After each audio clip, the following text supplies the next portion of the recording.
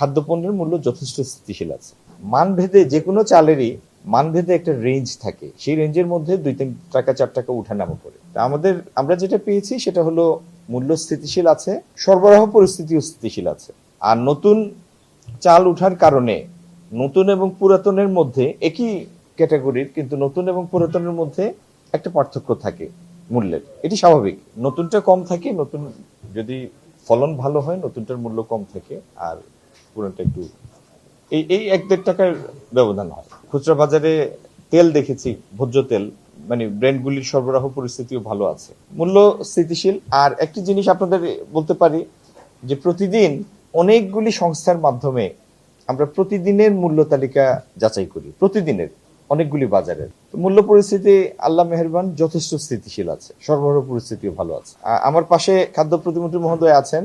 আমাদের হাতে যে মজুদ আছে চাল গমের, সেটি আল্লাহর রহমতে যথেষ্ট যথেষ্ট সন্তোষজনক। কখনো যদি আমাদের কাছে মনে হয় যে না, আমাদের মজুদ থেকে বাজারে কিছু সরবরাহ আনা দরকার, কখনো যদি এরকম প্রতীয়মান হয় অবস্থা ভেদে, তাহলে তৎক্ষণাৎ আমরা সেই গভর্নমেন্টের তরফ থেকে সেটুক ইন্টারভেনশন করব। কিন্তু এই মুহূর্তে সেরকম কোনো পরিস্থিতি নাই।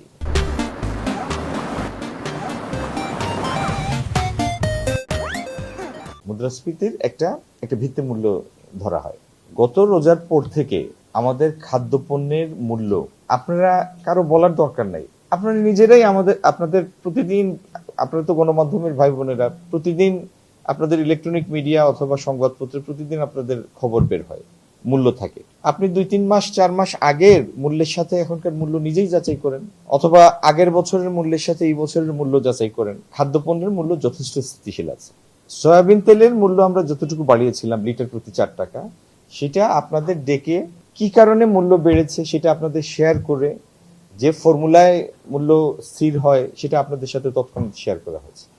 আমি আবারও জোর দিয়ে বলছি, আমরা চালের বাজারে, একটা সংবাদপত্রে চালের বাজারে একটু মূল্য বৃদ্ধির প্রবণতার খবর প্রকাশিত হওয়ার কারণে আজকে আমি এবং খাদ্য প্রতিমন্ত্রী মহোদয় আমরা বাদামতলীর বাজার এবং পরবর্তীতে নয়াবাজার খুচরা বাজারে গিয়েছি।